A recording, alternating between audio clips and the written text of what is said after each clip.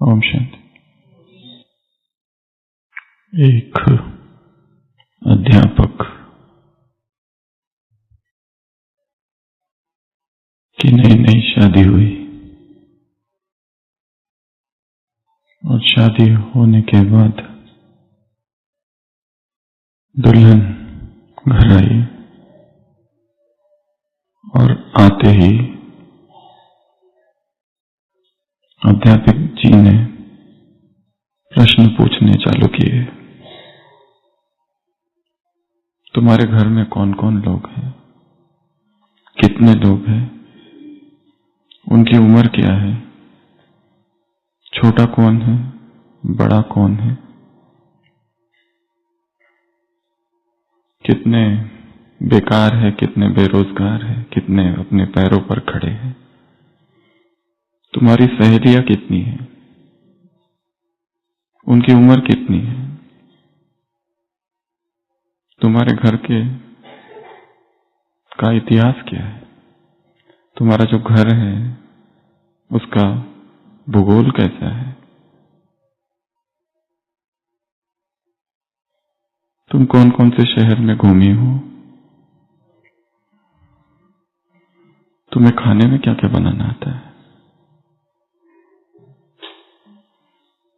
वो दुल्हन एक साथ इतने प्रश्न देखकर सुनकर उसको चक्कर आने लगे। अध्यापक महोदय ने कहा, घबराने की बात नहीं है, सोच समझकर उत्तर दो। ऊपर जितने प्रश्न पूछे उसमें से केवल 5 ही प्रश्न का उत्तर देना है। Answer any 5।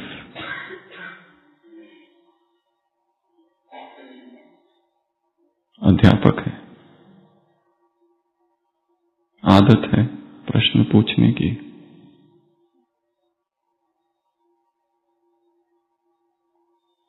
Old habits die hard, ऐसा कहा जाता है।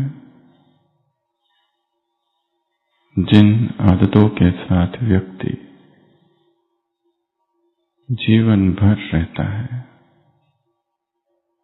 क्या वो अचानक छोड़ सकता है? पूरा जीवन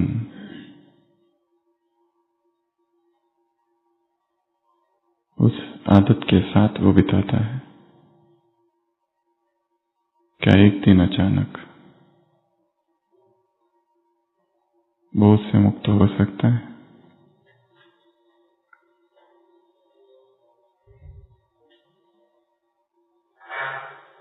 उस आदत से परेशान है, उसे खुद पता है, उस आदत को छोड़ना चाहता है, तंग है, फिर भी वो आदत छूटती नहीं।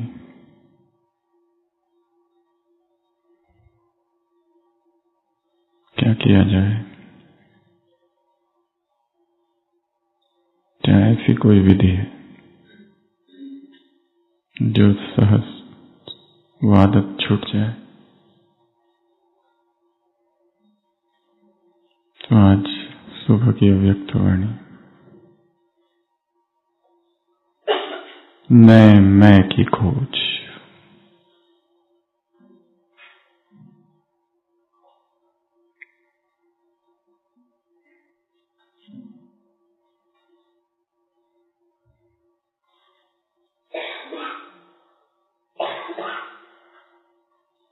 मुरली 2005 की है, साल पूरा हो रहा है, नया साल आ रहा है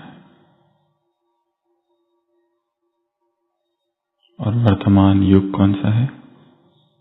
संगम युग। वास्तव में संगम युग समय का नाम नहीं, अवस्था का नाम है।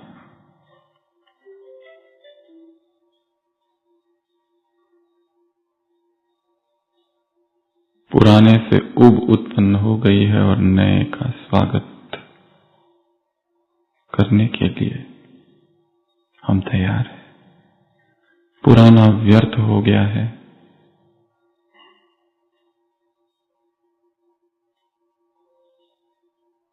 और नए को गले लगाने के लिए हम तैयार हैं।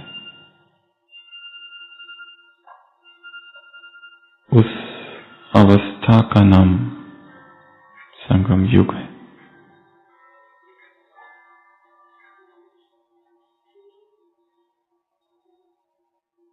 ये भीतर की अवस्था का नाम है, द ट्रांजिशन फेज।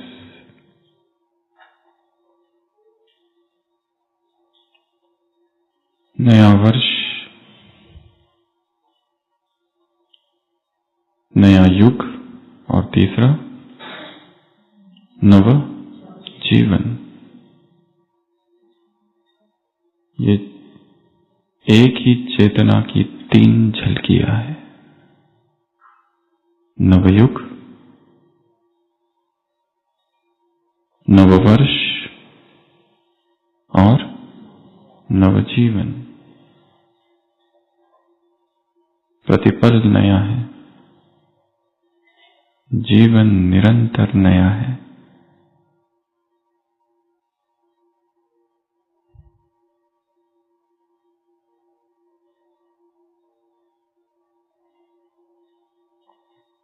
विदाई, बधाई, स्वयं स्वयं को बधाई, स्वयं के होने की बधाई। जो हूं और जैसा हूं उसका हूं होने की बधाई। Self congratulations. वारे मैं, वारे मेरा भाग्य, वाह बाप, वाह ये परिवार।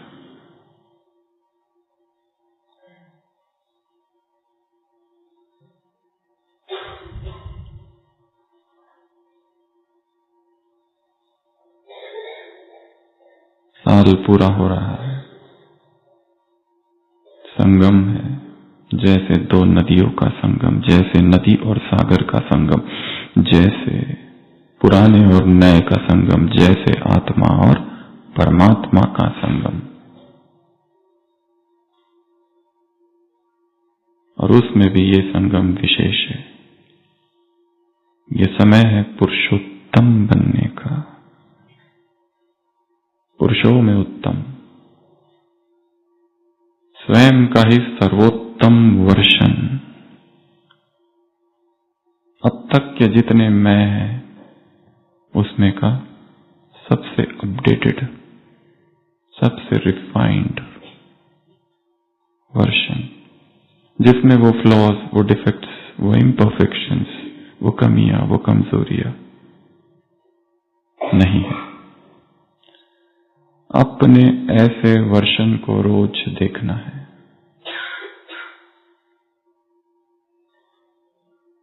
विजुअलाइज। जो मुझ में अभी कमी है वो उसमें नहीं है। या फिर एक चित्र, 2 स्थान है और एक पुल है। मैं उस पुल के ऊपर से गुजर रहा हूं। ये पुराना मैं, ये नया मैं, और बीच में उस पुल पर बहुत सारी चीजें छोड़ते हुए जाना है। कुछ सामान, कुछ पत्थर, कुछ बोझ, कुछ लगेज। वो लगेज दुखी होने का संस्कार हो सकता है, रोने का संस्कार हो सकता है,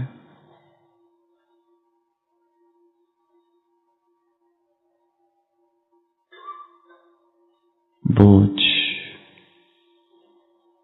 आत्मा को बोझ से प्यार है, पता नहीं क्यों। आत्मा को दुख से प्यार है, शायद उस दुख की जो शिकायत करने में जो सुख मिलता है उस सुख से प्यार है। दुख की शिकायत करने में जो सुख मिलता है, उस बोझ का वर्णन करने में जो सुख मिलता है, उस सुख से, उस शिकायत से मोह है, उस समस्या से मोह है, समाधान से मोह नहीं है। प्रश्न पूछा है बाबा ने, बोझ उतारा कि नहीं? संगम युगी फरिश्ता अर्थात निर्बोझ, निर्भर। क्यों प्यार है? एक कारण ये भी है कि उसकी आदत पड़ गई है। लंबे समय से व्यक्ति कुछ करते आ रहा है, एक पैटर्न, एक प्रोग्रामिंग, एक कंडीशनिंग बनी है, राइटिंग हुई है। नया बनाना अर्थात रीराइट करना, D programming, D conditioning, D hypnosis, एक नया पैटर्न, ये सब करने के लिए रेजिस्टेंस है, एक विरोध।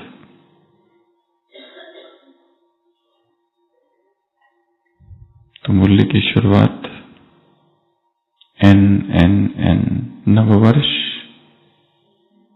नवजीवन, नवयुग, निर्बोझ N, बोझ नहीं वो फरिश्ता, बधाई विदाई।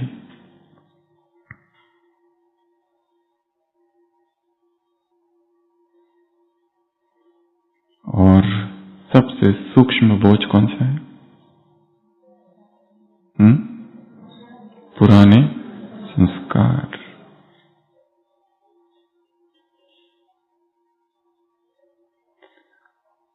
पुराने सौदे की रसीदें है वो,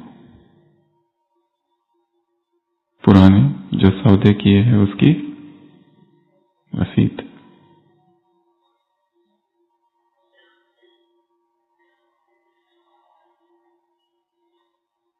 वो क्या करते हैं? धोखा देते हैं। वो क्या करते हैं? अंश से अंश उत्पन्न हो जाता है और उसको हम क्या करते हैं? मार देते हैं। मार ही नहीं देते, मार देते हैं। बेहोश हो जाता है रावण, और थोड़ी देर के बाद उठ के खड़ा होके फिर हंसने लगता है, हा हा हा। रावण केवल मरा है, भस्म नहीं हुआ, बेहोश हुआ है, फिर से उठ के खड़ा होता है, फिर से धोखा देता है। पुराने संस्कार, हैबिट्स, एडिक्शंस, संस्कार बहुत गहरे हैं। ऐसा लगता है चले गए। बाबा ने कहा बाकी सब चीजें तो छोड़ दी है, परंतु बाप दादा चेकिंग कर रहे हैं और क्या देख रहे हैं कि वाचा में, संकल्प में उभर उभर कर बाहर आते। तो क्या करो इन संस्कारों का? क्या करो? उनको दबाओ तो विस्फोट का रूप धारण करते हैं। क्या किया जाए जिससे वो जल जाए, भस्म हो जाए, समाप्त हो जाए?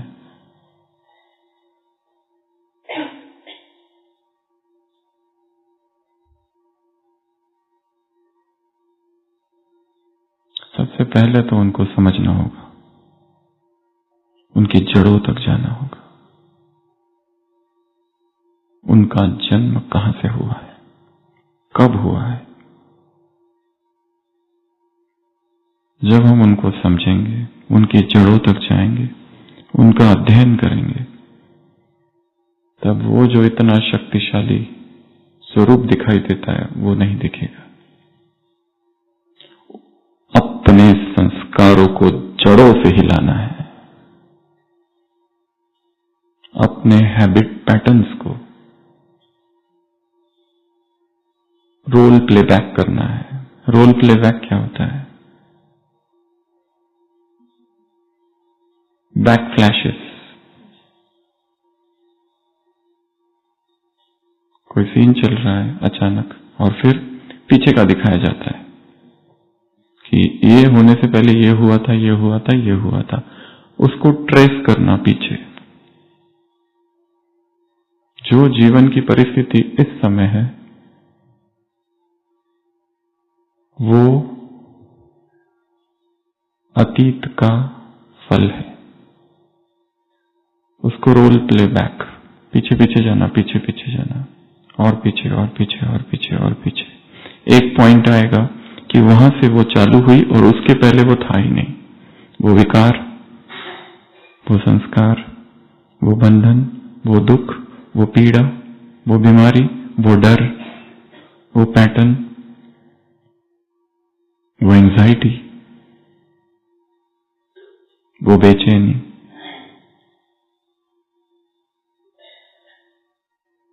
उस एक समय रेखा के बाद वो चालू हुई है। साक्षी होकर अमृत वेला एक बार देखना, ये एक विधि है उस संस्कार से मुक्त होने की। उस संस्कार का अध्ययन करना, उस संस्कार की स्टडी करना। अस्थिर चित्त से बहती हुई नदी का नाम डर है।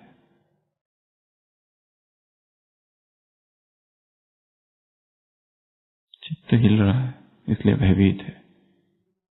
उसे चिंता है कोई कुछ कर ना दे, कोई कुछ ले ना ले, हमारा छीन ना ले, हमारा मान, हमारी प्रतिष्ठा, हमारा सम्मान।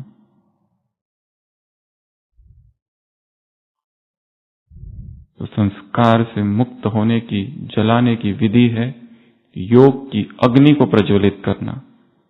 देखो यज्ञ के बीच में मैं खड़ा हूं, सूक्ष्म शरीर और जल रहा है, स्वच्छ हो रहा है, सोना कुंदन बन रहा है।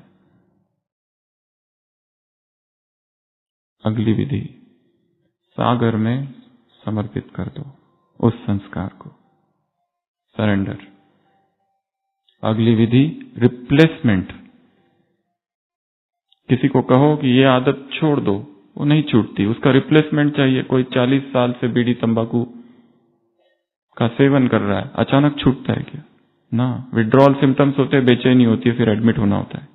अचानक अगर कोई छोड़ता है तो हो सकता है अगर बहुत संकल्प वाला व्यक्ति हो तो, नहीं तो शरीर को आदत पड़ गई है उसकी। दुखी होने की आदत पड़ गई है, अगर कोई दुख ना दे तो बेचैनी होती है। 10 लोग आके तारीफ करके गए, कोई मजा नहीं आया। जैसे ही किसी ने कुछ कहा और निंदा की, तुरंत उछल पड़े और रात भर उस पर चिंतन करते रहे पकड़कर, जैसे उसी का इंतजार था, उसी की प्यास थी। किसकी? दुख की। 100 दिन बीत गए, अभी तक मैं रोई कैसे नहीं? मेरे ये आंसू कहां चले गए बाबा? जो आता है तारीफ ही करता है, तुम बहुत ही अच्छी हो, तुम तो योगी जैसे दिखते हो। जो बोलते हो तो पीछे ब्रह्मा बाबा दिखाई दिए थे।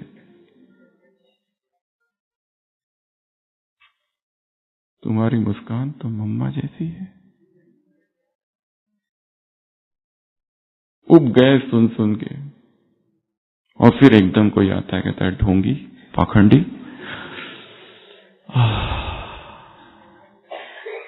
सब कुछ बाजू में करो, टाइम फिक्स करो, दरवाजे बंद करके रात भर रो।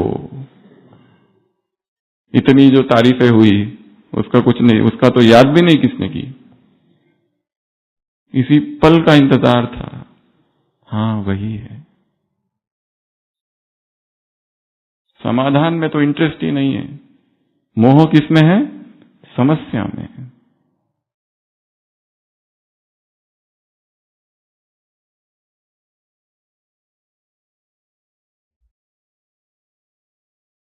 रिप्लेसमेंट क्या करना है? रिप्लेसमेंट। अगर व्यर्थ की बातें करने में इंटरेस्ट है तो थोड़ी ज्ञान की चर्चा करो। रिप्लेसमेंट। अगर गॉसिप करने में इंटरेस्ट है तो ज्ञान गॉसिप्स, ज्ञान चिट-चैट करो।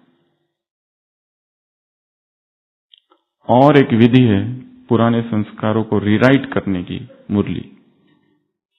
मुरली की पॉइंट्स को इतनी बार पढ़ो, इतनी बार पढ़ो, इतनी बार पढ़ो कि वो जो पुराने संस्कार है, वो जो पुरानी थॉट पैटर्न है, वो इस नए पैटर्न से रिप्लेस होगा।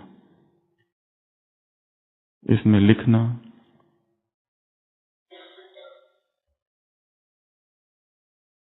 चिंतन करना,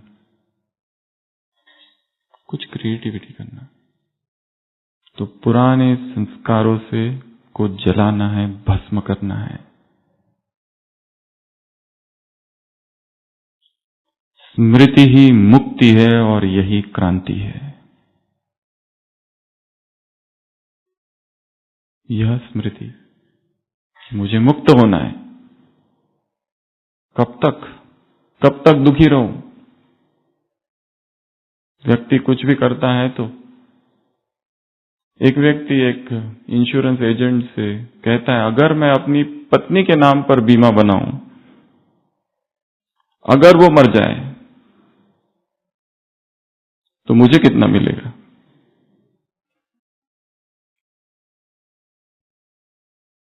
वो एजेंट कहता है, वो जज पर निर्भर करता है, उम्र कैद या फांसी।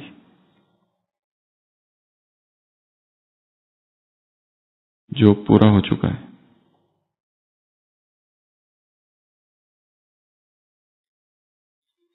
No response.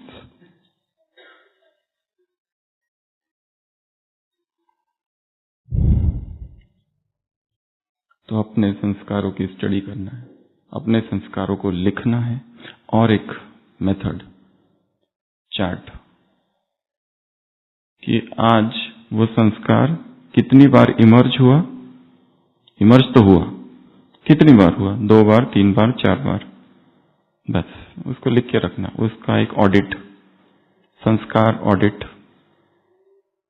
और एक चीज इस मुरली में आई है, संस्कार ऑर्डर। ऑर्डर करो अपने माइंड को। मास्टर सर्वशक्तिवान हो। संस्कार ऑर्डरिंग। और एक मेथड है संस्कार फास्टिंग। संकल्प करो कि आज कुछ भी हो जाए, इस संस्कार को उभरने नहीं देंगे। सुस्ती का संस्कार है, आलस का संस्कार है। आलस का संस्कार राजा जैसा अनुभव कराता है, परंतु बनाता भिखारी है। आलस का संस्कार, सुस्ती का संस्कार अनुभव कौन से कराता है? राजाई के अनुभव कराता है, पर ले कहां जाता है? भिखारी की तरफ।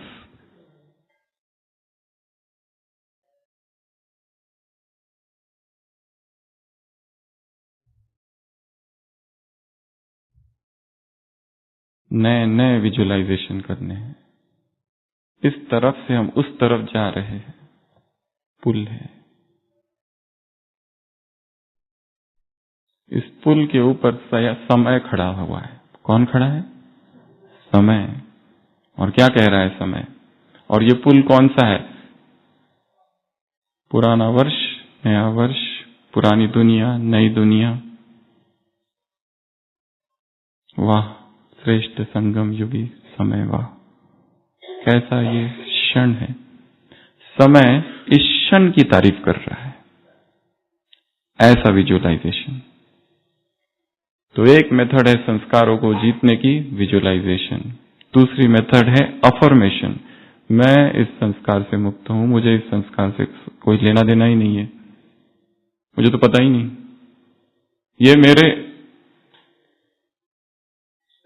ये मेरी या अगर वो कोई व्यक्ति है, यदि बाधा या बंधन कोई व्यक्ति है, तो संकल्प करना है,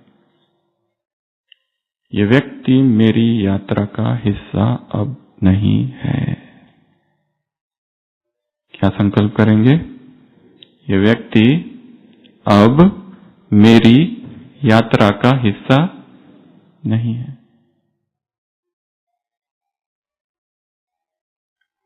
रादर वो कभी था ही नहीं, ये एक भ्रम हो गया था कि वो है,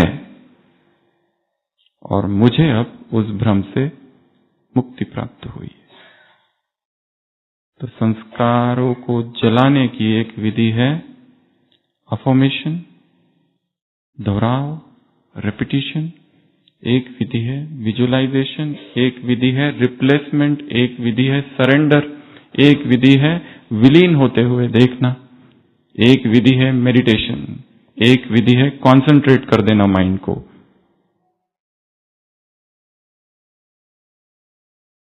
और हमसे अधिक अपने संस्कार और कौन जानता है? हर एक को अपने संस्कारों का पता है, हर एक को अपनी स्मृतियों का पता है, अपने विकारों का पता है, अपनी बीमारियों का पता है, अपने अतीत का पता है, अपने दर्दनाक इतिहास का पता है। उस पास्ट हिस्ट्री को रीराइट कर देना है, नया हिस्ट्री, नया इतिहास रचना है जिसके नायक हम हैं।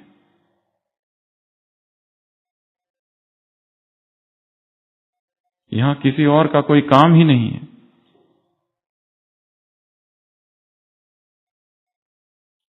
एक बुजुर्ग व्यक्ति ने किताब लिखी है, उसमें लिखा है ऐसी कौन सी 5 बातें हैं जो कभी किसी और को नहीं सुनानी चाहिए।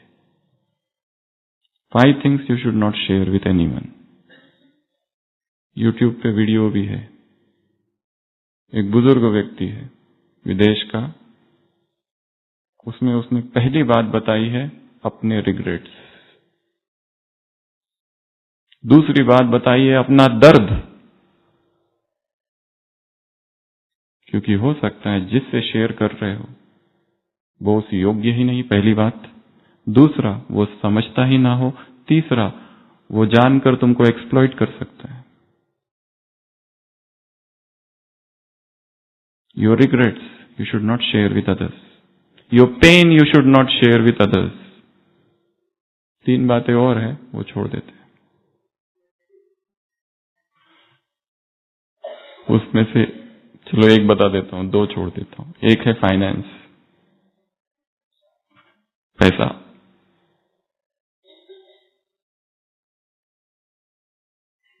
क्योंकि उसमें उस बूढ़े व्यक्ति ने कहा हो सकता है दूसरे ईर्ष्या करे या फिर एक्सप्लॉइट करे या फिर षड्यंत्र।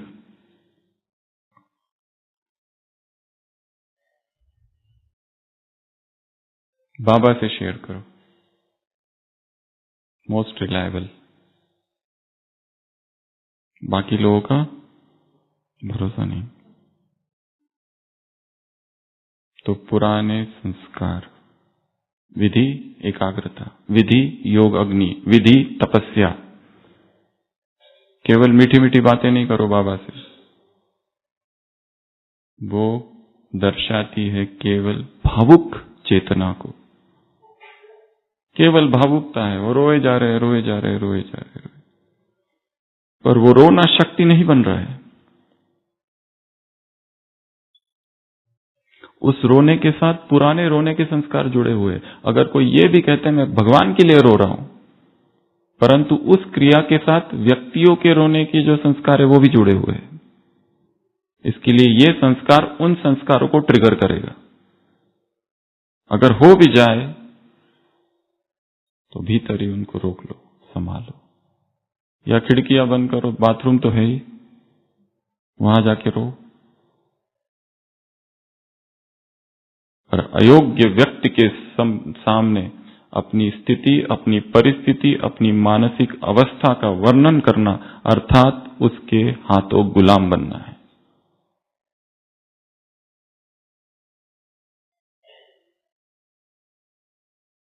हम तो भूल जाएंगे पर वो याद रखेगा इसकी ये कमजोरी है, और हम ये भूल जाएंगे कि हमने इनको सुनाया था। इसलिए इस मुरली में 90 दिन का होमवर्क दिया है बाबा ने, 90 डेज होमवर्क। आज का कौन सा दिन है? 29 जून। तो जुलाई, अगस्त, सितंबर, 3 महीने का होमवर्क। ये उस समय की मुरली है, जनवरी, फरवरी, मार्च, पर हम इस समय में कन्वर्ट करेंगे उसको। तो होमवर्क की अवधि कितनी है गृह कार्य की? 90 दिन। 90 दिनों में अपने एक ऐसे संस्कारों पर संस्कार या संस्कारों पर काम करना है कि 90 दिन के बाद उसका नाम निशान न बचे, एक नया ही व्यक्तित्व हो वो।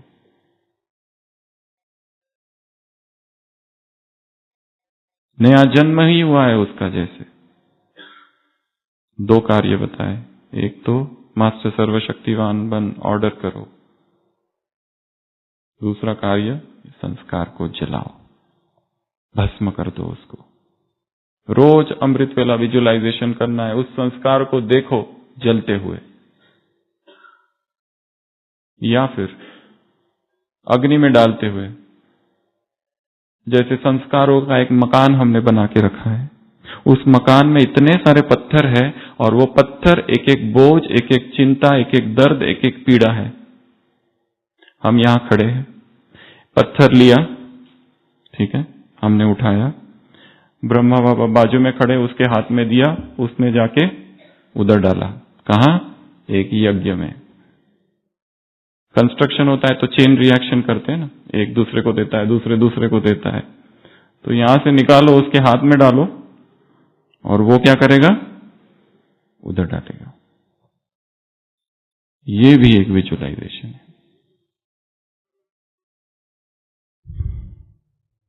पत्थर बहुत भर रखे, ये मन का कमरा है जिसमें पत्थर भर रखे। कितने दूसरों के प्रति क्या क्या विचार भर रखे हैं, संशय के विचार, ईर्ष्या के विचार, मतांतर है उनके विषय में, ये ऐसा है, ये वैसा है, ये ऐसा करता है, वैसा करता है। तुम्हें अपने ऊपर काम करना है, दूसरों के ऊपर नहीं।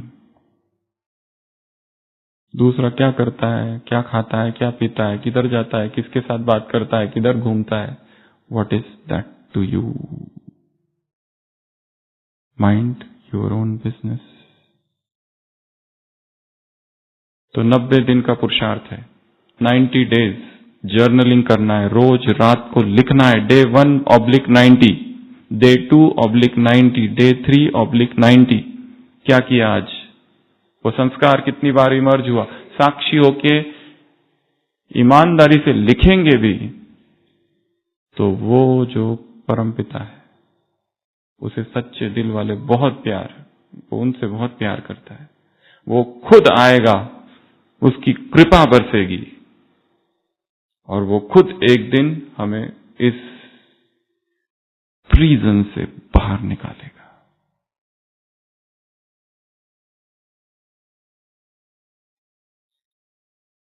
उसके मन में संकल्प उत्पन्न होगा कि ये बंधन में है, एक संस्कार के कारागार में बंद है।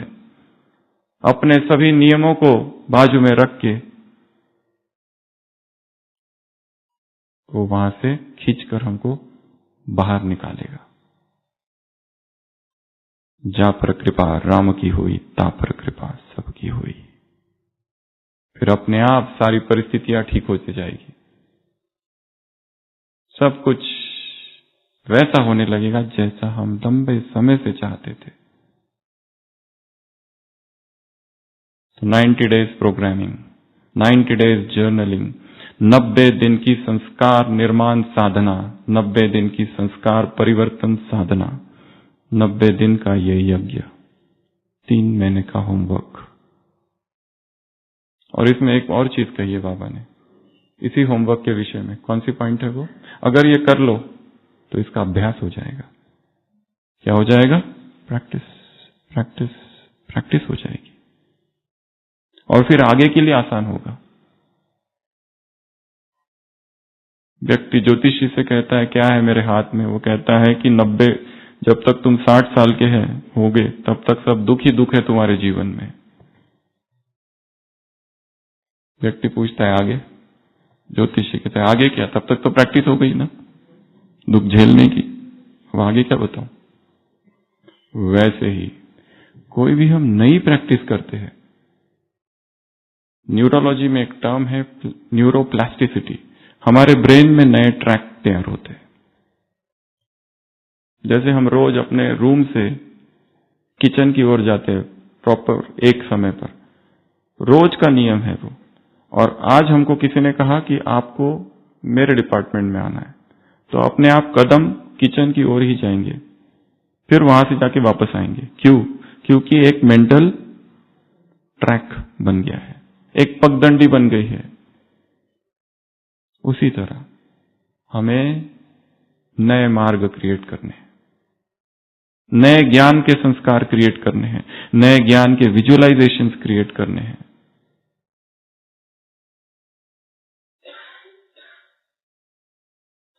और इस मुरली में और एक बहुत पावरफुल पॉइंट है ब्रह्मा बाबा की, कम से कम 10-12 बातें हैं। क्या क्या? ब्रह्मा के जीवन की 10 से 12 बातें हैं। कौन कौन सी बातें? स्थूल वाली बातें। पहला, अमृत वेला उठना, 2.5 और 3। दूसरा, बैठते समय नो सपोर्ट।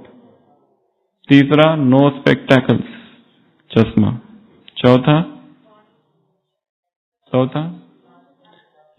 लेटर लिखते रहे। पांचवा, जो ड्यूटी दी गई थी वो ड्यूटी थी उनकी। कौन सी ड्यूटी? मुरली सुनाना, उच्चारण करना। और पुराना मकान वही, और सोचना, बोलना, करना सेम। और त्याग, तपस्या, सेवा। और तपस्या आदि से अंत तक तपस्या स्वरूप रहा। वो पहला पॉइंट बोल दिया। और क्या बोला है? और भी कुछ बोला है?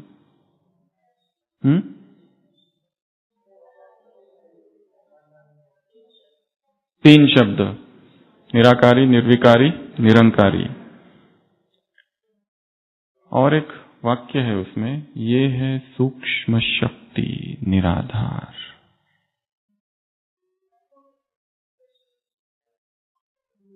पीठ और आंखों के लिए ये है सूक्ष्म शक्ति। योगी जैसे जैसे आगे बढ़ता जाता है साधना में, उसमें सूक्ष्म शक्ति आने लगती है, सूक्ष्म सिद्धियां प्रकट होने लगती है।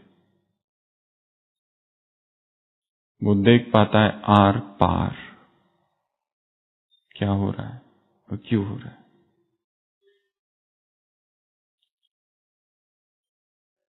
परंतु यहां पे एक बहुत इंपॉर्टेंट पॉइंट है, फॉलो फादर करना अर्थात नकल करना नहीं है। नहीं तो कल से चश्मा जो पहनते हैं वो फेंक देंगे और टकराएंगे दूसरों से। एक सर्जन आए थे हमारे पास, अभी अभी सर्जन बने, सर्जन तो है, अभी अभी ज्ञान में आए हैं, और कहने लगे जब से अमृत वेला चालू किया है ऑपरेशन करते करते नींद आती है। ये तो बहुत डेंजर है। यहां सब लोग कहते हैं अमृत वेला, अमृत वेला, अमृत वेला, अमृत वेला, उठो उठो उठो। जब से उठना चालू किया है तब से ऑपरेशन में नींद आती। तो ये नकल नहीं करनी है, वो प्रैक्टिस है ब्रह्मा की। ब्रह्मा भी किसी व्यक्ति का मात्र नाम नहीं है, ब्रह्मा भी अवस्था का नाम है। फॉलो फादर करने की अंतिम स्थिति है, फॉलो फादर करने की अंतिम स्थिति है फादर बन जाना, भीतर के ब्रह्मा को जागृत करना। एक ब्रह्मा भीतर भी है, हमारे ही भीतर, और हर एक आत्मा अलग अलग है। फॉलो फादर करना अर्थात धोती और कुर्ता पहन के आ जाना नहीं है, काले बाल है तो सफेद ही कर ले, वो नहीं है।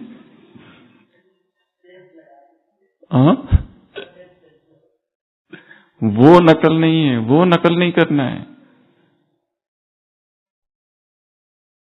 अकबर ने अपने नवरत्नों को बुलाया, बूढ़ा हो गया है अकबर अभी, और सोचता है मैंने अभी अभी रामायण के विषय में सोचा है, सुना है, और मुझे भी अपने जीवन की रामायण लिखने वाला कोई चाहिए। क्या मैं भी क्या कम राजा हूं क्या?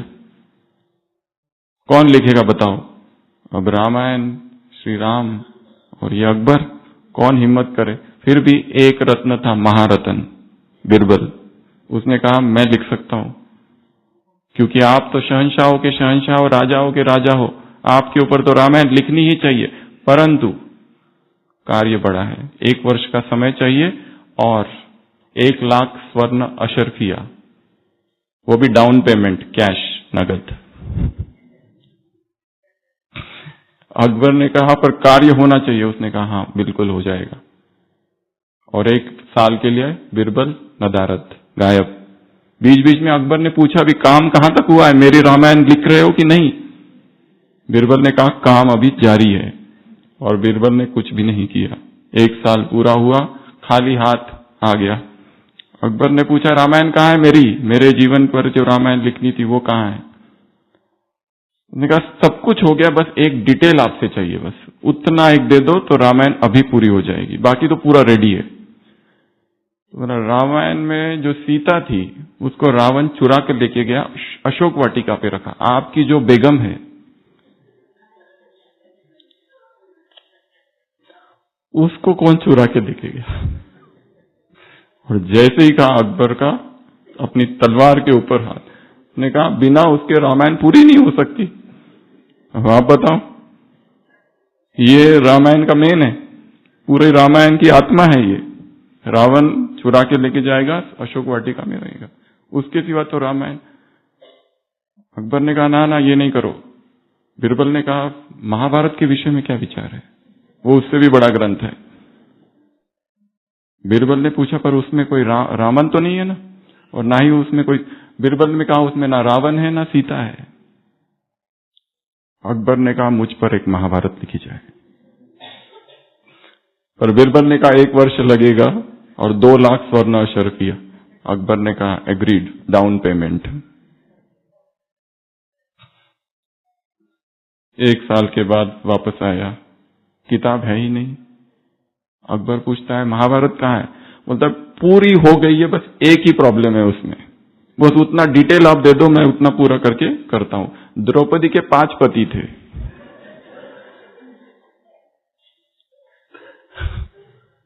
इस बार तो अकबर अपनी तलवार निकाल ही लेता है। किसी और की जीवन कहानी हमारी जीवन कहानी पर पेस्ट नहीं की जा सकती। बिरबल कहता है वेदों के विषय में क्या विचार है? अकबर कहता है बस करो।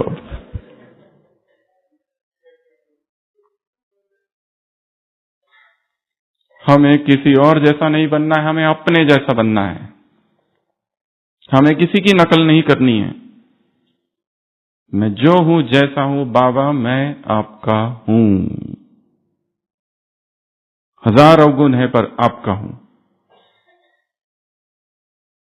नकल नहीं करनी है, अनुकरण करना, अनुसरण करना, उस चेतना में स्थित हो जाना है। उसके जैसा करना नहीं है। उसने वो कपड़े पहने तो हम भी ऐसा कपड़े पहने, वो ये खाता है तो हम भी ये खाएंगे, इससे कुछ नहीं होता है। You cannot paste somebody else's life story onto your life. Create your own life. You are your own, the best.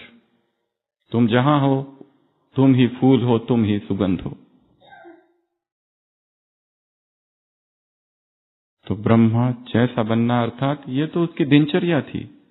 इस दिनचर्या को पाने के लिए आंतरिक विचार कौन से थे, विचारधारा क्या थी, उसको समझना अर्थात बाप समान बनना। और बाप समान बनना अर्थात सारे यज्ञ की जिम्मेदारी मेरे कंधों पर है, ये संकल्प। कौन सा संकल्प? सारे यज्ञ की। तो लोगे क्या? वो कहेंगे जिसको बनना है बने, हम अभी थोड़ा बाद में बनेंगे। इतनी बड़ी रिस्पॉन्सिबिलिटी, सारे विश्व की रिस्पॉन्सिबिलिटी अपने कंधों पर लेना अर्थात बाप समान बनना। बड़ा काम है, ऊंचा काम है। स्वीकृति, उदार चित्त, रहम। और इस मुरली में और एक शब्द आया है एवर रेडी, एक शब्द आया है महादानी। महादानी ना, महादानी अर्थात ये बांट दिया, वो बांट दिया, दान कर दिया, वो दान कर दिया नहीं है। महादानी चेतना की वो अवस्था है जहां चेतना आकाश की तरह बन जाए, जो आकाश सबको स्वीकार कर ले। महादानी अर्थात वो आकाश जो सबको स्वीकार करता है। ऐसे कैसे?